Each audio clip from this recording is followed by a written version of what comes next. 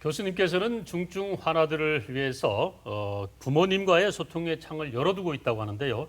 실제로 응급 상황을 잘 넘기고 또 건강을 되찾은 희망의 사례, 혹시 치료하시면서 기억에 남는 환자가 있으신지요?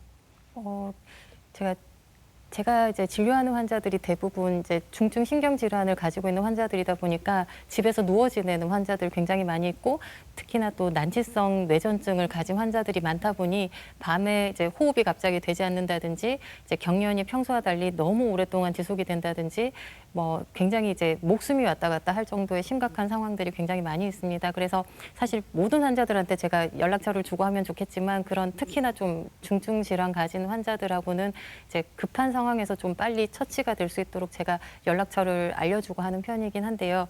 이제 뭐 특별히 기억이 나는 환자라기보다는 그런 환자들이 밤에 사실 병원에 가야 될 상황인지 어떤지 늘 아픈 환자다 보니까 보호자 입장에서도 잘 판단이 서지 않고 하는 경우들이 있는 경우가 많고, 또 자칫 잘못하면 순간적으로 또 생명이 위험해지고 하는 경우들이 있기 때문에, 그런 경우에 제가 조금이나마 도움을 줄 수 있다는 것에 굉장히 좀 보람을 느끼고 있고요. 그리고 이제 그 보호자분들이 또 나중에 또 너무 고마웠다, 뭐 이렇게 뭐 편지를 써주시거나 하는 경우들에 또 제가 좀 보람을 느끼고 하는 경우들이 또 많이 있습니다. 네, 환자들 마음을 잘 읽으신 것 같습니다. 네, 그렇습니다. 앞서 교수님께서 세균성 뇌수막염은 일부 백신이 있다고 말씀을 하셨는데요. 위험성이 높은 뇌수막염을 예방하기 위해서는 어떤 백신들이 필요할까요? 3대 세균성 뇌수막염을 예방하기 위해서는 3가지 이제 세균성에 대한 백신이 있습니다. 먼저 설명드린 것처럼 폐렴구균, 수막구균, 그리고 헤모필루스 B형 인플루엔자에 대한 백신이 있는데요.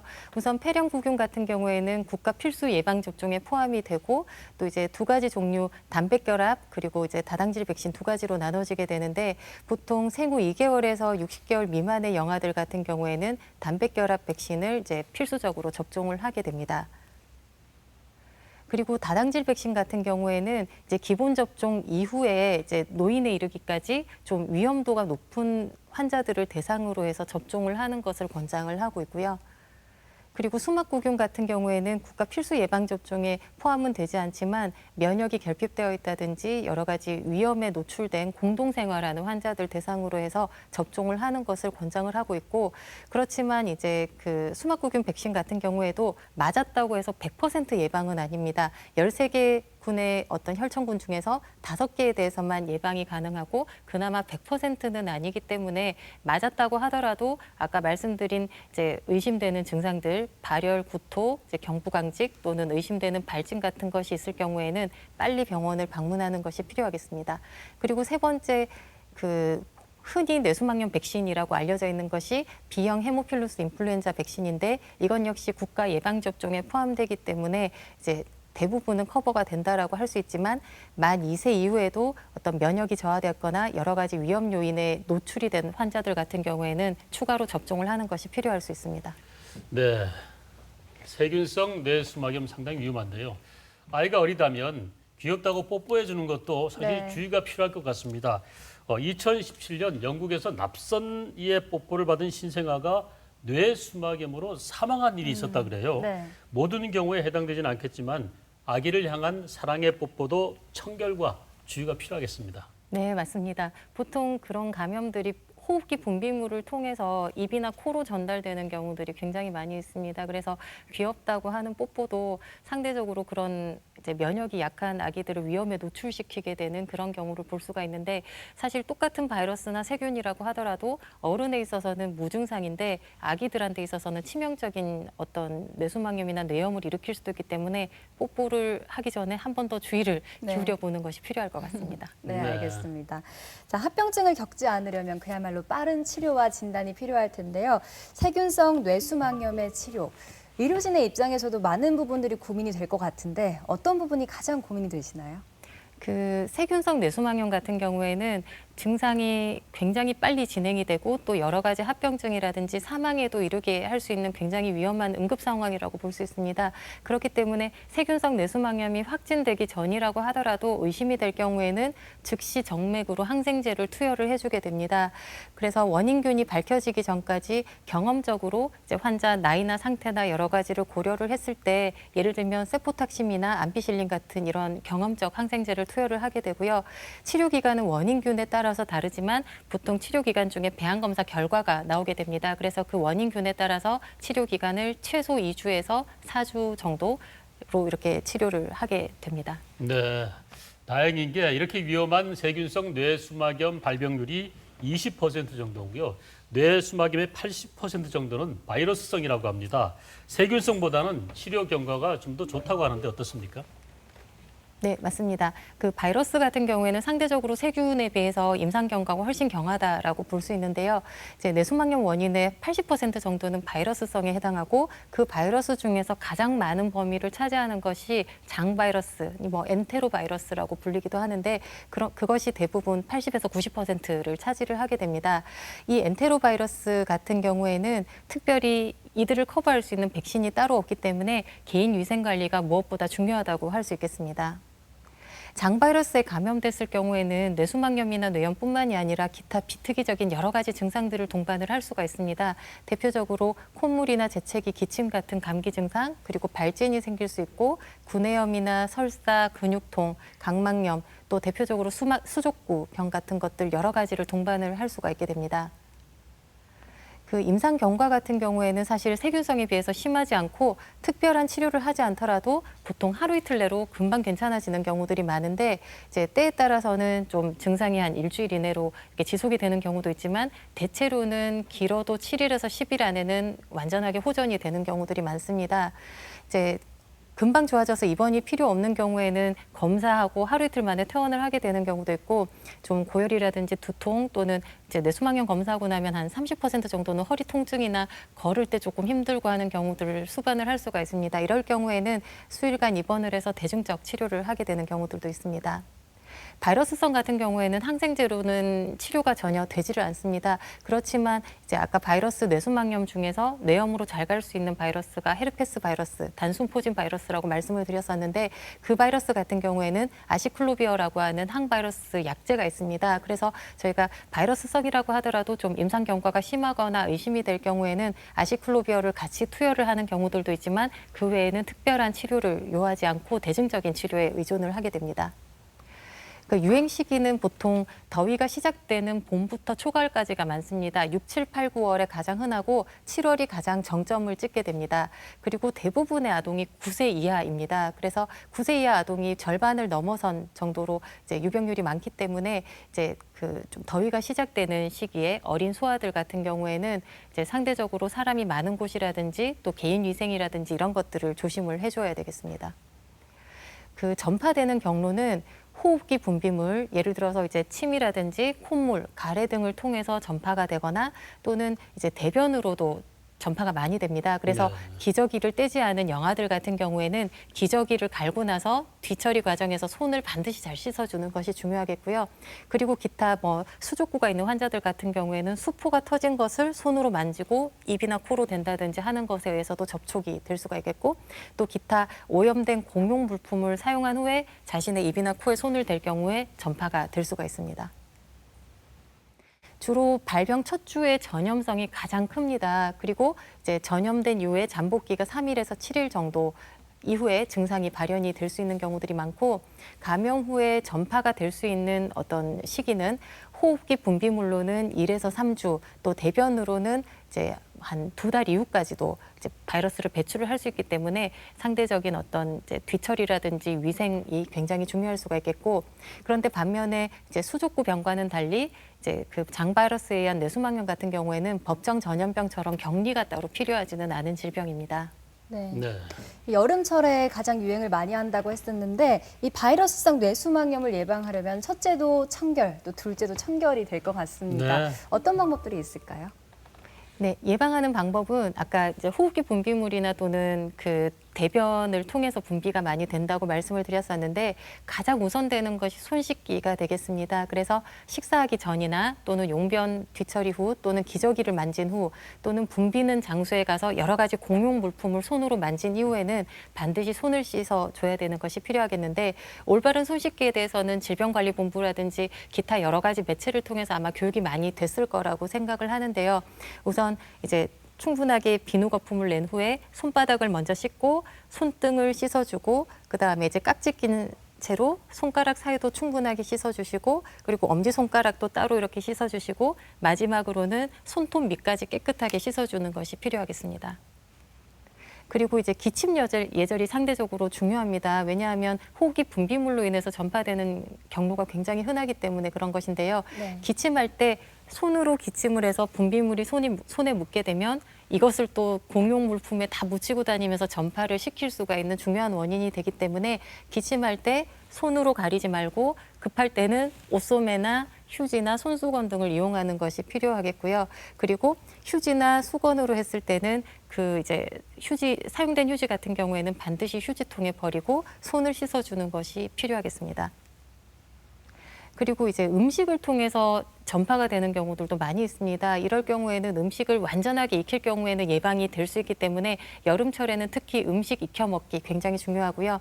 그리고 음료라든지 음식, 빨대, 식기, 립밤, 칫솔처럼 구강이나 여러 가지 비강을 통해서 옮을 수 있는 공용 물품의 사용에 대해서는 각별히 더 주의가 필요하겠습니다.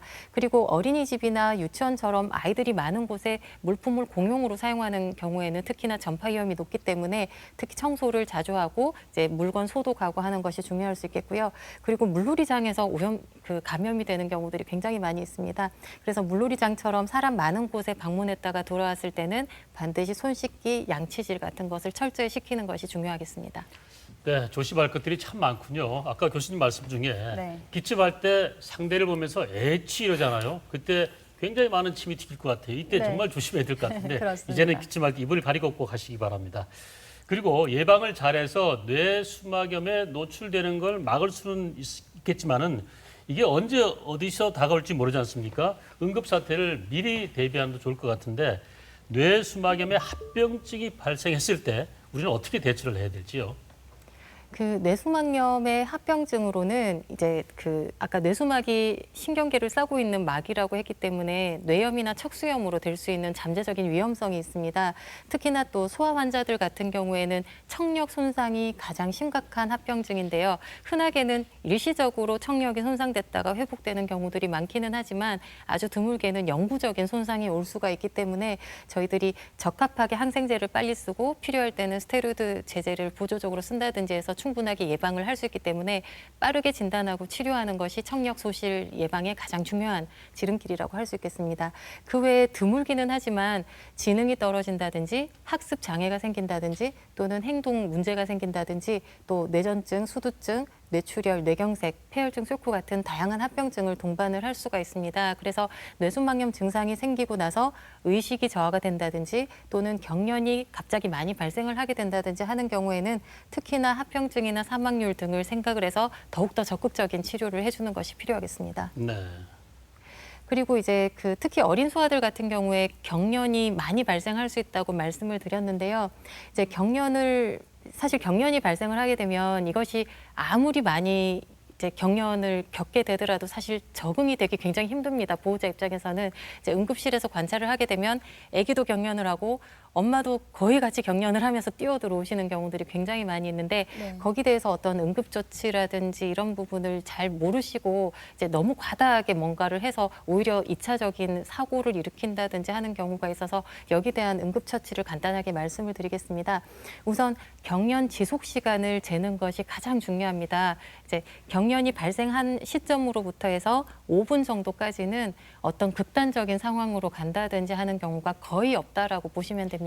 네. 눈으로 봤을 때는 얼굴이 하얗고 숨을 쉬지 않는 것 같고 혀가 말린 것 같고 여러 가지 극단적인 생각이 많이 들 수 있지만 적어도 5분까지는 기다려주시는 것이 필요한데요. 왜냐하면 5분 이내, 특히 1, 2분 안에 멈추게 되는 경우들이 대부분이기 때문입니다. 짧은 시간에 수분 이내 경련을 하고 멈추게 될 경우에는 합병증이라든지 여러 가지 위험한 상황 같은 것이 없이 그냥 넘어가는 경우들이 많고 또 경련이 일단 멈춘 상태에서 병원에 오게 되면 별다른 조치를 하지 않고 그냥 환자 경과를 보면서 퇴원하는 경우들이 많기 때문에 일정 5분 정도까지는 기다려 주시는 것이 필요하고요. 그 다음에 중요한 것은 만약에 뭔가 먹고 있는 상태에서 경련을 했다든지 하는 경우에는 음식물이 흡인되지 않도록 꺼내준다든지 하는 게 필요할 수 있지만 입안에 뭔가 없는 상태에서 경련을 했을 경우에는 분비물이라든지 침 같은 것이 나오면서 폐로 흡인되지 않도록 환자를 누운 상태에서 이렇게 침이 흘러나올 수 있도록 옆으로 돌려눕히는 그 정도만 해주시면 됩니다.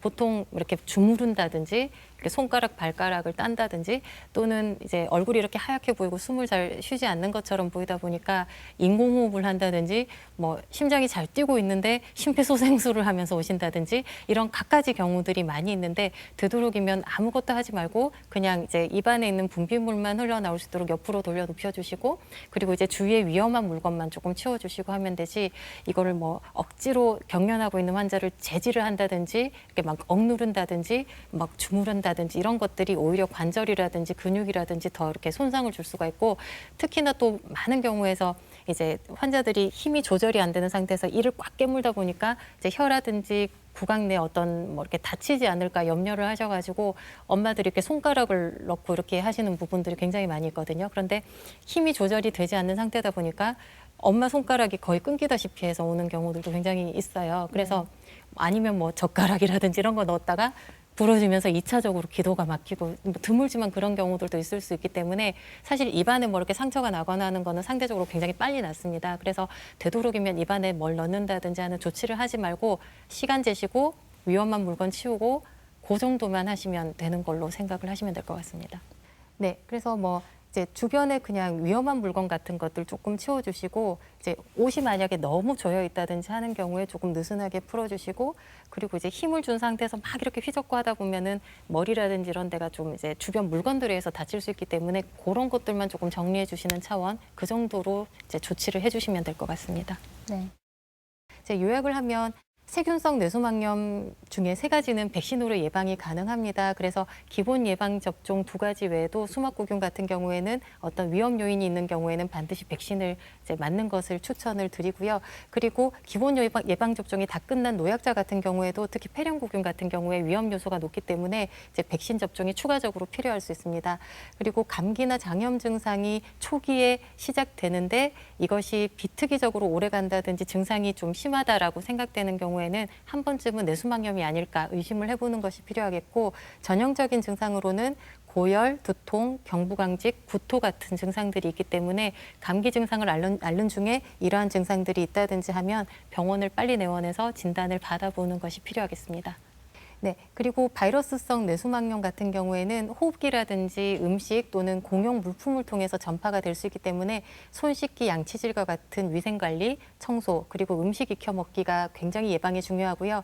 그리고 물놀이장 같은 사람 많은 곳을 방문한 이후에는 특히 손 씻기라든지 양치질 같은 개인 위생이 이제 예방 전파에 아주 중요하다고 할 수 있겠습니다. 네, 오늘 들으신 방법으로 이 합병증을 잘 대처하시기 바랍니다. 네.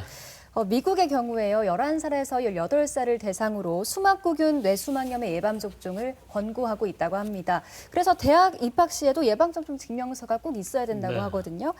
이렇게 다양한 전염 질환 예방을 위해서 우리도 시스템이 마련돼 있을 것 같은데 어떤 것들이 있을까요? 우선 그 예방 접종에 대해서 아직까지 좀 인식이 좀 잘못된 경우들이 한 번씩 있습니다. 수년 전에도 좀 이제 예방 접종과 관련된 큰 사건이 한 번 있은 적이 있었는데요. 그래서 예방 접종에 대해서 조금 더 철저하게 하면 충분하게 이런 위험한 질환들을 예방할 수 있다는 것에 대한 명확한 인식이 필요할 것 같고, 그리고 이제 사실 이제 병원에서 검사하는 측면이기는 한데 저희가 이제 PCR 검사라고 하는 것 중에 저희가 그 뇌수막염 당일 진단을 하고 중요한 세균들이나 바이러스에 대해서 굉장히 신속하게 검사할 수 있는 방식이 몇 년 전에 나온 게 있었거든요. 그런데 그게 이제 그 너무 중요한 검사다 보니까 급여로 전환이 되면서 이제 수가가 상대적으로 조금 이제 저희가 키트 사는 가격보다 수가가 낮게 측정이 되다 보니까 병원 입장에서는 한 사람 검사할 때마다 이렇게 몇만 원씩 손해가 보게 되는 시스템이 되면서 지금 아무 병원에서도 그 검사를 더 이상 유지를 못하게 된 상태로 있어서 많은 학회에서 이제 어떤 수가 조정이 필요하다 이런 것들을 건의를 해놓은 상태에 있습니다. 그래서 이제 환자 치료나 조기 진단에 굉장히 중요한 검사라서 이런 부분에 대해서 좀 국가적으로 도움을 주시면 환자 치료나 방향을 결정하는 데 있어서 굉장히 큰 도움이 될 수 있을 것 같습니다. 네, 계속해서 노력을 좀 많이 해주시길 네. 부탁드리겠습니다. 요즘 동네마다 비둘기가 참 많습니다. 그래서 비둘기 일명 집둘기라고 하는데 비둘기의 깃털과 그 배설물에 있는 세균도 호흡기 질환이나 뇌수막염을 일으킬 수 있다 그래요. 네. 비둘기 많은 곳은 환경을 깨끗하게 하는 것이 무엇보다 중요할 것 같습니다. 그렇습니다. 이런 얘기를 나누다 보면 여기저기가 다 위험지대로 생각이 되는데요. 우리가 환경을 잘 관리하고 또 청결을 유지한다면 위험지대가 안전지대가 될 수도 있겠죠. 네, 여름철 주의해야 될 뇌수막염과 위생관리의 중요성에 대해서 말씀해 주셨습니다. 소아신경과 황수경 교수님이었습니다. 고맙습니다. 네, 감사합니다.